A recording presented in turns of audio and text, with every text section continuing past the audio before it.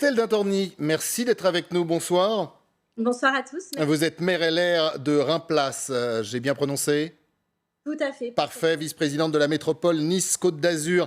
Vous allez nous le dire dans quelques instants, parce que visiblement les élus, le préfet, représentants de l'État sur place discutent en ce moment même sur d'éventuelles solutions. D'abord, cette idée que Nice, votre région, soit une forme de laboratoire de ce que va décider l'exécutif et ce laps de temps, ce 48 heures avant que la décision tombe. Vous en pensez Écoutez, quoi? tout d'abord, pour parler de ma commune, sur la commune de Reims-Place, nous, on a eu un seul et unique cas, une seule contamination d'une personne qui revenait d'outre-mer, qui a certainement été contaminée pendant le transport. Il n'y a pas eu d'autres contaminations puisque les gestes barrières ont été strictement respectés. Et j'ai d'ailleurs veillé personnellement. Donc, on a été une commune plutôt préservée. Les Alpes-Maritimes, dans leur généralité, effectivement, on est dans une situation qui s'est véritablement dégradée depuis mi-décembre.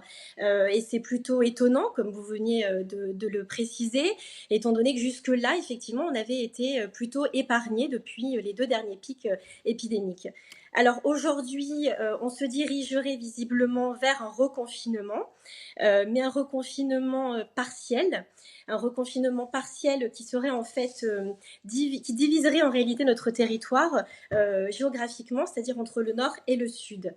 Pour être un petit peu plus précise, donc le préfet envisage de proposer un confinement donc uniquement les week-ends, du vendredi 18h au lundi matin 6h, dans la zone urbaine Nice-Menton.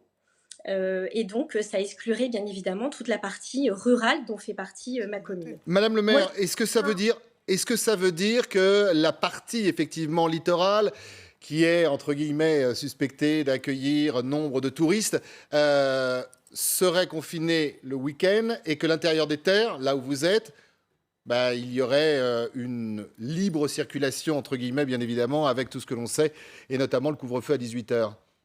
oui, tout à fait. Voilà, on se dirigerait vers ce type de mesures.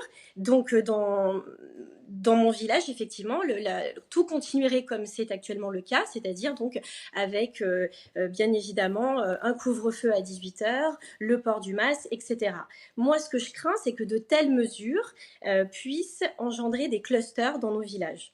Pour la simple et bonne raison, c'est qu'il faut savoir qu'à Nice, de nombreux Niçois ont des résidences secondaires et qu'effectivement, ces mesures puissent amener les populations, d'autant plus en période de vacances scolaires, à rejoindre nos villages et donc engendrer un brassage important des populations. Donc ce qu'il faudrait, c'est l'équité même dans l'ensemble de la région, entre le littoral et l'intérieur des terres. Comment faire?